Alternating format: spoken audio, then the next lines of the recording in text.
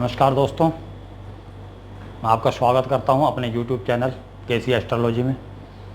और जिस विषय पर आज चर्चा होगी वो विषय है हमारा, कुछ तो हम राशियों के बारे में पहले जानकारियां लेंगे कि कुछ महत्वपूर्ण जानकारियां हैं जो कि पता होनी चाहिए, जैसे कि ग्रहों के बारे में कि ग्रह उच्च के कहाँ होते हैं, नीच के कहाँ होते हैं, और कौन से ग्रह की कौन सी मूल त्रिकोण राशियाँ होती हैं जहाँ की वो बहुत पावरफुल हो जाते हैं। मूल त्रिकोण राशियों से अपनी एनर्जी लेते हैं, वहीं से सब कुछ देखा जाता है, और कौन सी उनकी स्वग्रह राशियाँ हैं, तो वो जानकारियाँ पहले हम लेंगे। उसके बाद थोड़ा जानेंगे कि भाई कौन से भाव से जो है कि हम जो है कि उसका ग्रह कहीं और जाके बैठता है, जैसे कि हमारे नुकसान कहाँ से होंगे, थोड़ी बहुत जानकारी आज हम लेंगे। इसके बाद यहीं से हम स्टार्ट करेंगे कल से कि जो है कि हम देखें कैसे कुंडली को। तो कुछ जानकारियाँ जो हैं कि पहले दे दूँ मैं, जो है कि आज के जो है कि हमारी वीडियो के अंदर कि भाई कौन कौन सी राशियाँ किस तरीके से व्यवहार करती हैं। तो विलंब ना करते हुए शुरू करते हैं। जैसे कि आपने देखा पहले जो है कि हमारे जो है कि 4 तत्व होते हैं राशियों के अंदर, अग्नि तत्व, पृथ्वी तत्व, वायु तत्व और जल तत्व। जो है कि ये इसके अंदर जो अग्नि तत्व राशि होती है, ये जो है कि बहुत ही एग्रेसिव राशियाँ मानी गई हैं, जो कि इनके अंदर जो कोई ग्रह बैठ जाता था वो एग्रेसिव हो जाता है नेचर के अंदर। तो ये जो है अग्नि तत्व राशि हमारी जो होती हैं वो 1, 5, 9, मान लें कि मेष, सिंह और धनु राशि हमारी जो है कि अग्नि तत्व राशियों के अंदर आती हैं। पृथ्वी तत्व राशि है जो है कि जो मतलब कि ज़मीन से जुड़कर काम करने वाली, एक जगह टिककर काम करने से घूमना फिरना पसंद नहीं होता, तो पृथ्वी तत्व राशि है जो है कि ज़्यादातर जो है कि अपना स्थिर होकर एक जगह काम करते हैं। मैं आगे बताऊँगा, स्थिर राशि के अंदर भी अंतर्गत भी आती हैं ये। तो जो है कि ये जो है कि पैसा बनाने के अंदर ज़्यादा विश्वास रखती हैं ये राशियाँ, जो वो है हमारी जो है कि वृषभ, कन्या और मकर राशि। फिर हमारी वायु तत्व राशि आ जाती हैं, जिनका की जो कि हमारी वायु तत्व राशि जो है कि हमारी जो है कि मिथुन है, तुला है और कुंभ राशि है। फिर हमारी जल तत्व राशि है जो कि हमारी भावनाओं को रिप्रेजेंट करती है, क्योंकि वो जल स्रोत है वहाँ पर जल का, तो वहाँ पर तो वो हमारी राशियाँ हैं 4 नंबर, 8 नंबर, 12 नंबर, यानी कि हमारी कर्क, वृश्चिक और मीन राशि। तो वायु तत्व राशि जो होती हैं वो जो कि ख्यालों में बहुत ज़्यादा जो कहते हैं इमेजिनेशन पावर जिनकी बहुत ज़्यादा होती है, सोचने समझ नहीं सकती, तो वो हमारी जो है ये मिथुन, तुला और ये वाली जो है कि मकर राशि 11 नंबर, ये बहुत ही प्रैक्टिकल राशियाँ हैं। इनको हम प्रैक्टिकल राशियाँ बोल सकते हैं। 2, 6, 10 जब पृथ्वी तत्व राशि होती है वो पूरी प्रैक्टिकल होती हैं। उनको सिर्फ जो है कि प्रैक्टिकली जो अच्छा होता है, जो मतलब कि धन बनाना है तो धन बनाना है, तो उसके लिए मतलब कि ना तो इमोशनली किसी से जुड़ते हैं ना एग्रेसिव होते हैं, उनको अपने काम से मतलब होता है, तो प्रैक्टिकल है बिल्कुल वो। तो इस तरीके से देख के चलेंगे हम आगे, जब जो देखेंगे कुंडली तो उसमें इन चीज़ों का ध्यान रखेंगे। वैसे मैंने जो है कि अलग से जो है कि इनकी जो बना रखी है वीडियो अग्नि तत्व, जो कि मेरी वीडियो इसी यूट्यूब चैनल पर है, जिसमें कि जो है कि इस वीडियो के नीचे मैं लिंक भी डाल दूँगा उसका, जिसके अंदर हमने तत्व भी बताए हुए हैं, गुण भी बताए हुए हैं, स्वभाव बताए हुए हैं राशियों के। तो वो बेसिक्स हैं जो मैंने डाली हुई है इसमें जो है कि, तो वो हम पहले यहाँ पर लेकिन मोटा मोटा बता देते क्लास के अंदर कि भाई ये चीज़ें होनी चाहिए। तो वो आप वहाँ पर जो मेरे दर्शक मेरे यूट्यूब चैनल पर हैं वो वहाँ पर जाकर लिंक से देख सकते हैं, मेरे यूट्यूब चैनल पर जाकर उनको देख सकते हैं। उनके जो हेडिंग्स है यही हैं कि जो जाने तत्व, गुण, स्वभाव, इस तरीके से। तो इसके बाद जो आती है हमारे जो दिशाएं हैं, जो हमारी दिशाएं हैं, जैसे कि हमारी जो 1, 5, 9 राशि जो मैंने बताई अग्नि तत्व की राशि हैं, इनकी दिशा जो है कि पूर्व दिशा मानी गई है।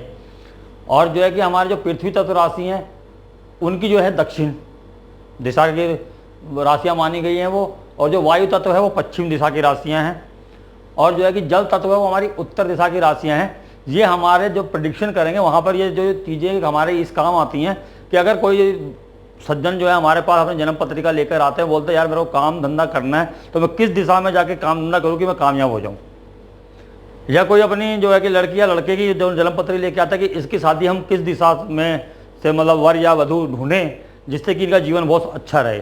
तो वो उस चीज़ में जब दिशाएँ देखनी होती हैं तो उसमें ये राशियाँ काम आती हैं कि इन राशियों में बैठे ग्रहों की दशा और इन राशियों में बैठे, मान लो जी कि वही अपने विवाह के बारे में पूछ रहा है, तो जो कि हमारे जो ये दिशाओं की राशियाँ हैं इसके अंदर जो है कि हमारा एक तो 7वें भाव का स्वामी और एक तुला राशि जो हमारी विवाह की मानी गई है, उनका स्वामी यानी कि शुक्र अगर इनमें इन राशियों के अंदर बैठे हुए हैं तो उस दिशा से ही जो है कि जो कि हमें काम करना या हमें विवाह करना शुभ होता है, तो ये वहाँ पर काम आती हैं हमारे।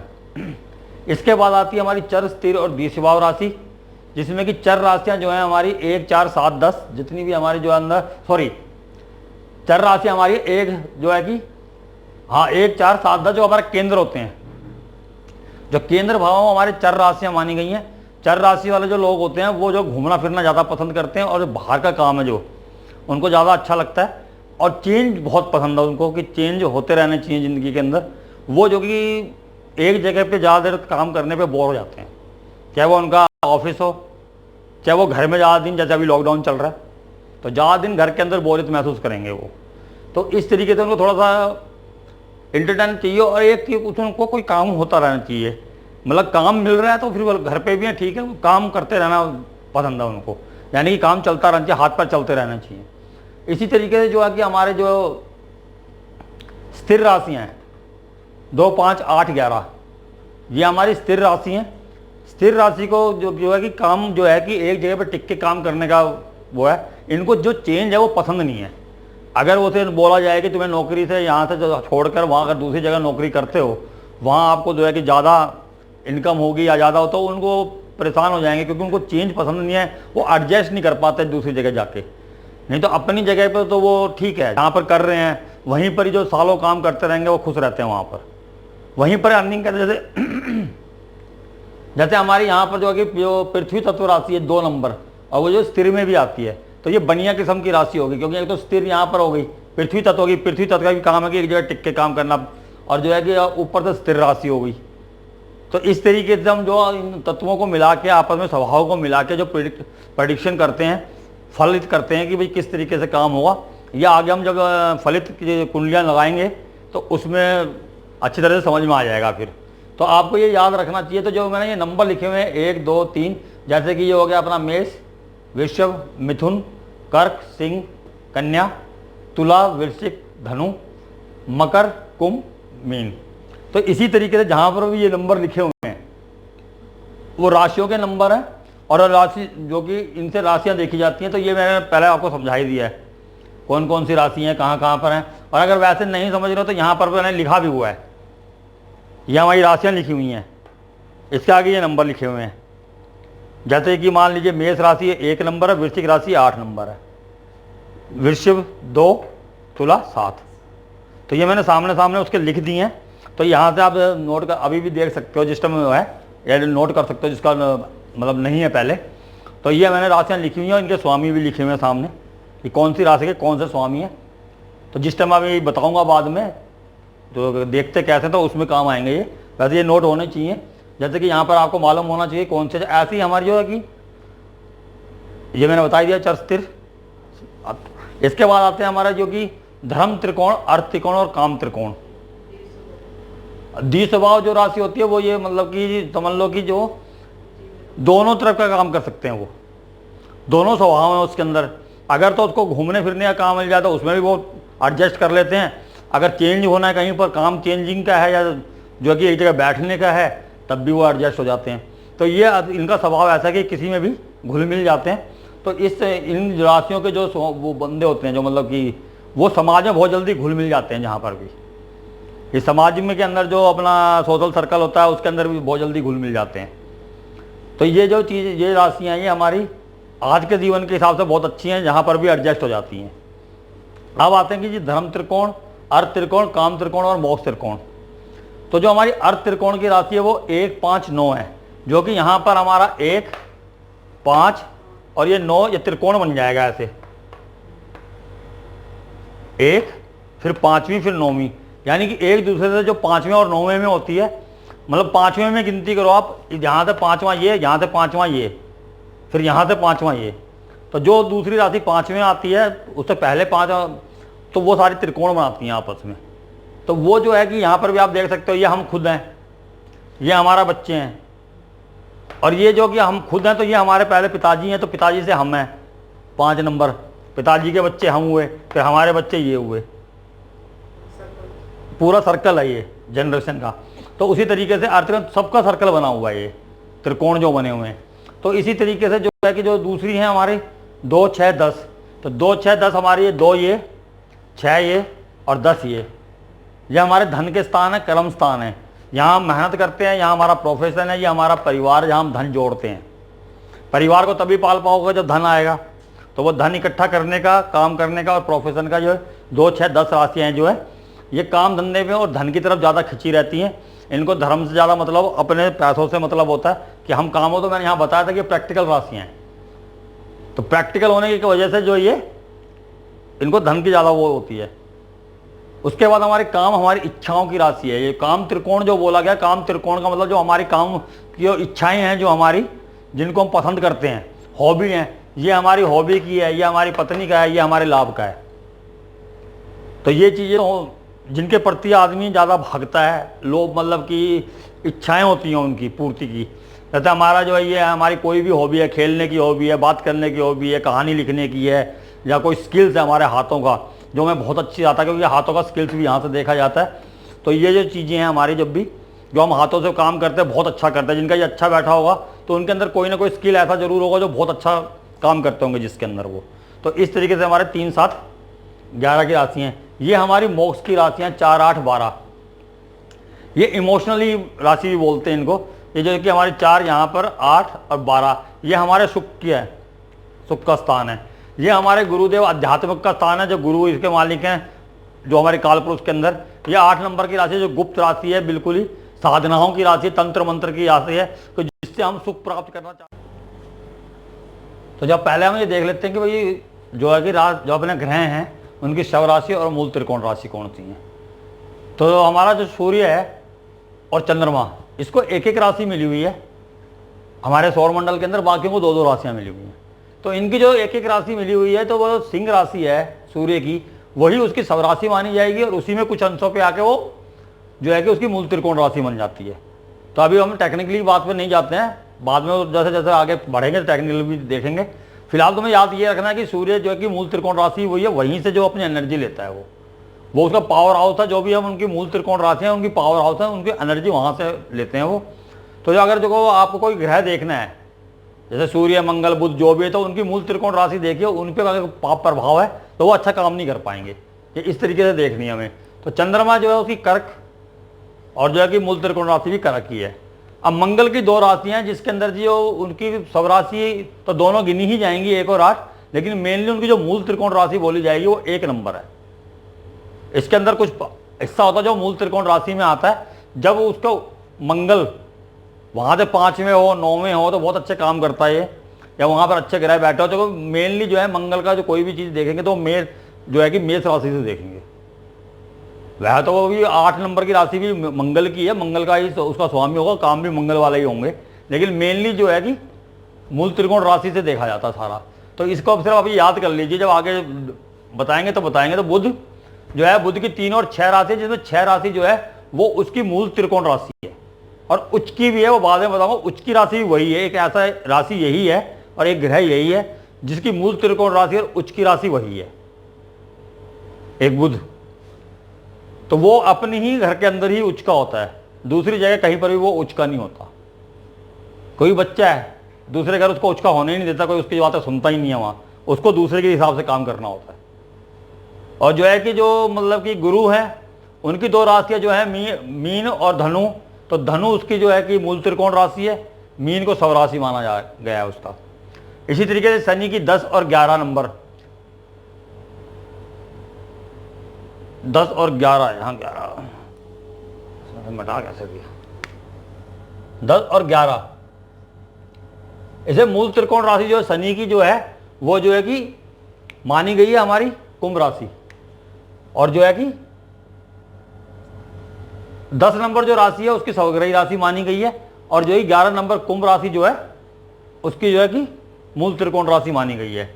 इसी तरीके से जो राहु है उसको जो है कि कुंभ राशि का जो कि को स्वामी बोलते हैं, जो मतलब कि वो भी उस घर का मालिक माना गया है 11 शनि के साथ साथ। जो है कि जो शनि, वो शनि की तरह इसीलिए बोला गया हमारे शास्त्रों के अंदर कि जो शनि की राहु जो है शनि की तरह काम करता है और जो केतु मंगल की तरह काम करता है।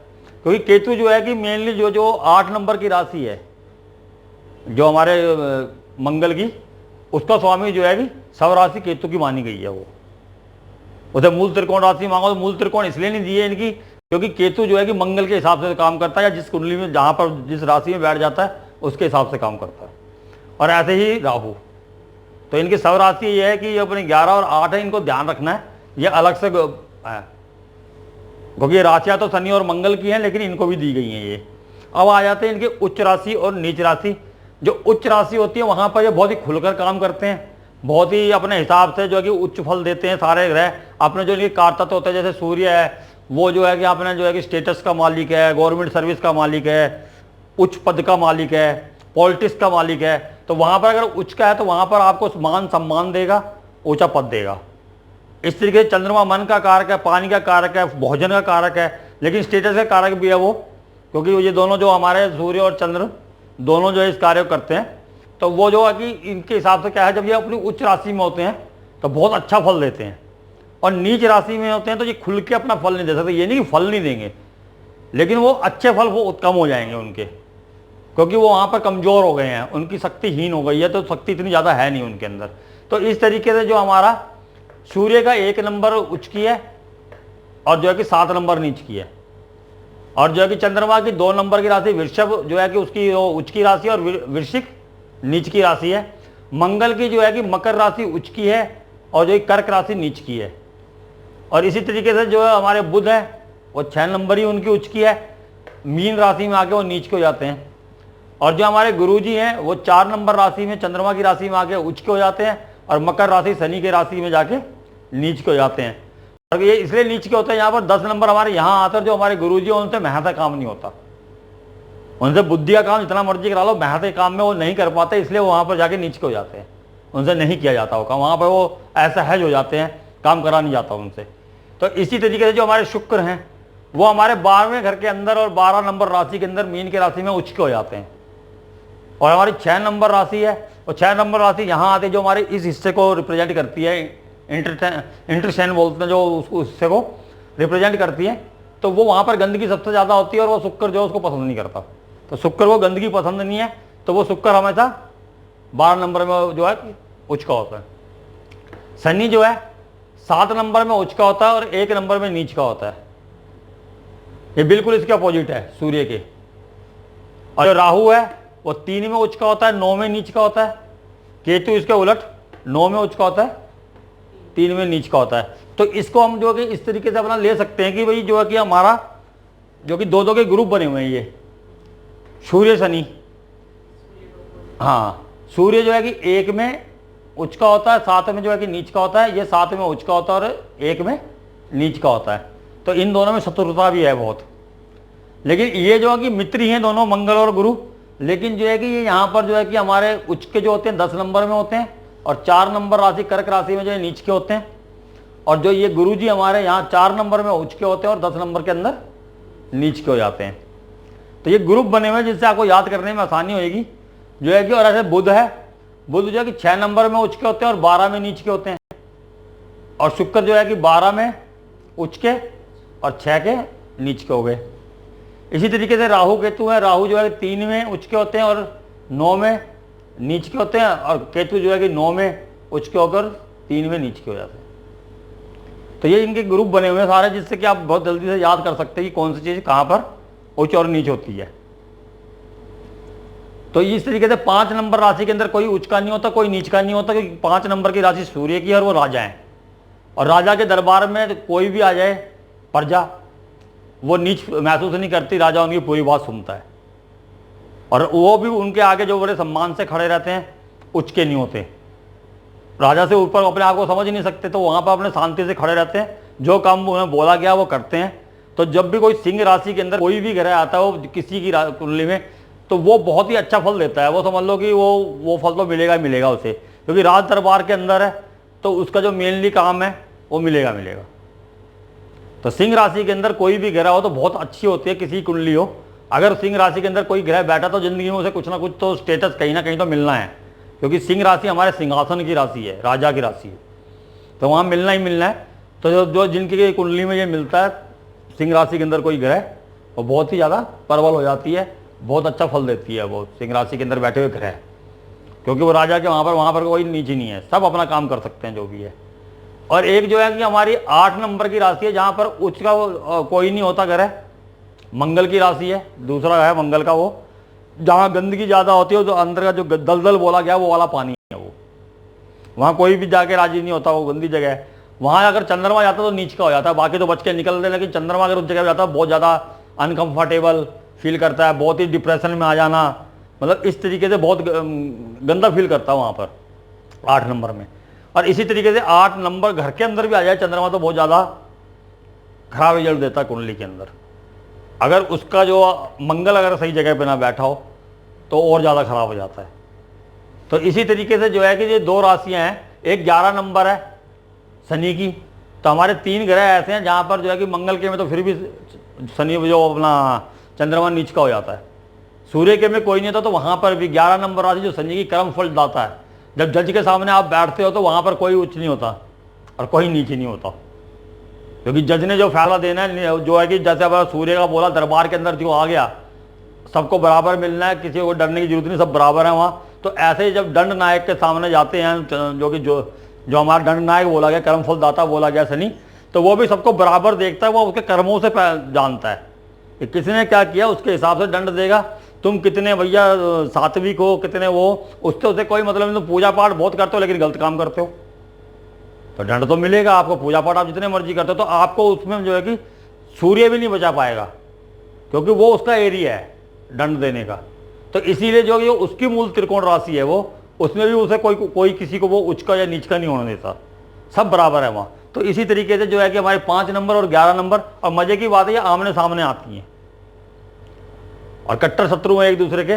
लेकिन जहाँ पर न्याय की बात आती है तो चाहे वो शनि सामने खड़ा हो दरबार के अंदर, तब भी सूर्य को कोई वो नहीं होता। और जो है कि अगर वहाँ पर जो है कि सूर्य वहाँ पहुँचा हुआ है, राजा पहुँचा हुआ है, अगर किसी गलत कार्य की वजह से या अच्छे कार्य के लिए, तो उसको वैसा ही फल मिलेगा। तो ये 2 राशियाँ ऐसी हैं जो कि जिनके अंदर जो है कि कोई दिक्कत वाली बात, कोई भी ग्रह होता है वो अच्छे ही फल देते हैं। क्योंकि जब ना चंद्रमा यहाँ का है, वो सॉरी हमारा सूर्य का यहाँ का हो गया, तो चंद्रमा तो खैर सुख का हो गया, लेकिन सूर्य हमारा जो स्टेटस का हो गया, उसके अंदर जो ग्रह बनेंगे उनको जो है कि वो प्रतिबद्ध हो जाएंगे हमें उस ऊंचाई पे पहुंचाने के लिए जो उसका कारतत्व है, उस चीज़ को वो हमें देंगे। जैसे मान लो कि यहाँ पर अपना शुक्र आ गया, तो प्रेम का तो ये स्थान है, उसको तो अलग छोड़ दो, पैसे भी, शुक्र को पैसा ही बोला गया है, तो पैसे की वजह से स्टेटस बढ़ेगा हमारा। पैसा हमारे पास इतना आ जाएगा, लोग इज्जत करनी शुरू कर देंगे। अगर सूर्य है, खुद सूर्य ही सिंह राशि में है, तो वो हमें कहीं सरकारी जॉब पे या इतने ऊंचे पद पे पहुंचा देगा कि वो वहाँ पर हमारी इज्जत होने लग जाएगी। ऐसी गुरु है, गुरु को मंत्री का वो मिला हुआ दर्जा इसके अंदर हमारे इसमें, और एक गुरु का, टीचर का। तो वो हमें जो अगर 5 नंबर में है तो हमें शिक्षा के क्षेत्र में ऐसी जगह ले जाके खड़ा कर देगा जहाँ के हर बंदा, जो राजा महाराजा भी होंगे वो भी हाथ जोड़ के आगे हमारी इज्जत करेंगे, इतने ऊपर स्टेटस दिलाता है। तो इसी तरीके से शनि है, शनि मजदूर माना गया है, बहुत ही नीचे क्लास का, लेकिन वो जो वहाँ पर अगर सिंह राशि के अंदर है तो वो अपनी मेहनत की वजह से, अपने काम की वजह से नीचे से उठ के बिल्कुल हाई लेवल पे पहुँचा देगा उसको। और जो कि वो अपने काम की वजह से जाना जाएगा, सिर्फ वो अपने नाम से नहीं, काम से जाना जाएगा कि इस बंदे का काम बहुत बढ़िया है, तो वो अपने काम से वहाँ तक पहुँच जाएगा। कईयों को देखा बहुत नीचे जाती हैं पैदा हो, या बहुत नीचे निम्न स्तर पर पैदा हुए हैं, और जो देखा गया बहुत ऊंचाई छुई है उन्होंने, तो वो उस तरीके से जो है कि हमारा शनि काम करते हैं। तो ये इस तरीके से काम करते हैं, उच्च और नीच जो है कि इस वजह से जो है कि बहुत ज़रूरी है ये याद रखने कि कहाँ पर होता है। 5 और 11 नंबर के अंदर तो कोई ग्रह हैं तो वो बहुत अच्छे होते हैं। अब जो कि देखना ये है कि भाई ये काम, जैसे मान लो कि हमारी एक कुंडली बना दी है मैंने,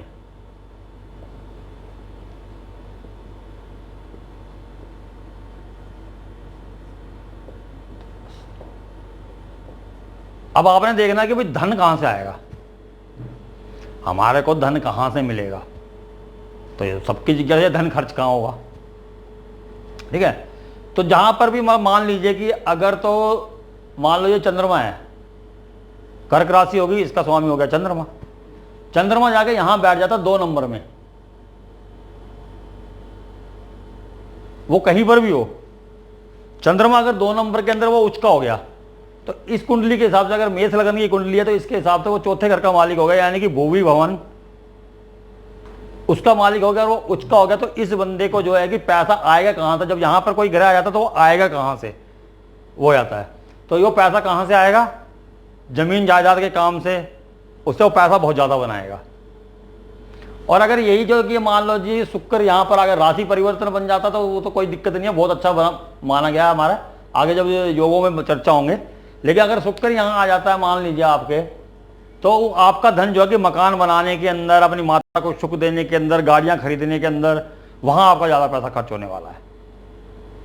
या माता जी बीमार हो गई, उस पर खर्च हुआ। अगर उसे पाप प्रभाव ज़्यादा है, वो भी आगे बताएंगे पाप प्रभाव वगैरह, तो वो अगर ज़्यादा हो जाते हैं तो फिर वो बीमारी पे खर्च होंगे। माता जी बीमार हो रही हैं, उन पर ज़्यादा खर्च हो रहा है।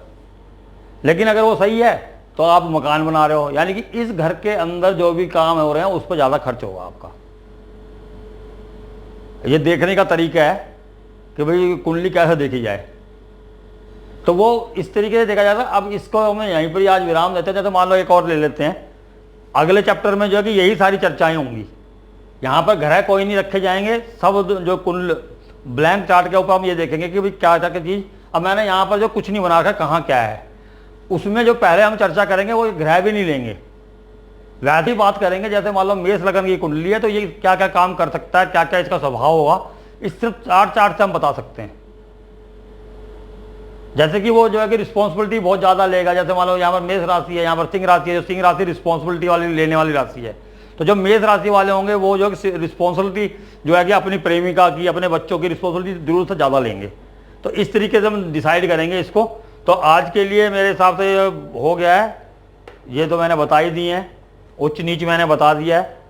तो ये जो है कि मेरे ये चीज़ें जो है कि बहुत याद करने वाली हैं। इसके बाद जो है कि हम ये देखेंगे कि ग्रह कहाँ से कहाँ जाता है तो क्या कार्य करता है, तो वो हम कल शुरू करेंगे। तो हमारा जो बेसिक है मेनली जो हमें आना चाहिए, जो कि हम कोई चीज़ सीखते हैं या हम कुंडली देखना सीखेंगे, तो वो बहुत मेनली चीज़ वो है। और महादशा और अंतरदशा की बात ऐसी है कि वो आजकल सॉफ्टवेयर पे आ जाता है, वो आराम से आ जाता है। अगर सीखना हो आपको तो बताया दूँगा, अगर हमारे जो दर्शक हैं वो सीखना हो तो कमेंट्स में जरूर लिखिएगा, तो कैलकुलेशन भी बता दूंगा कि महादशा अंतरदशा कैसे देखी जाती है, कैसे बनाई जाती है कि कब दशा कौन सी चलेगी। वैसे इसकी मेरे हिसाब से ज़रूरत नहीं पड़ेगी, क्योंकि आजकल सब सॉफ्टवेयर रखते हैं, उसके अंदर जैसे ही आप क्लिक करते हो तो आपको मालूम चल जाता है कि वर्तमान में आपकी कौन सी दशा चल रही है। तो वो उसके हिसाब से हम आगे जो चर्चा करेंगे वो यही देखेंगे कि प्रेडिक्शन जो कैसे की जाती है, तो उस हिसाब से चलेंगे। तो अपनी वाणी को विराम देता हूँ यहीं पर ही। आगे के लिए जो है कि कल फिर मिलते हैं एक दूसरे विषय के साथ में। जो मैंने अभी बताया कि ब्लैंक चार्ट के ऊपर थोड़ा प्रेडिक्शन करके देखेंगे, उसके बाद ग्रहों के हिसाब से देखेंगे। तब तक के लिए नमस्कार, धन्यवाद।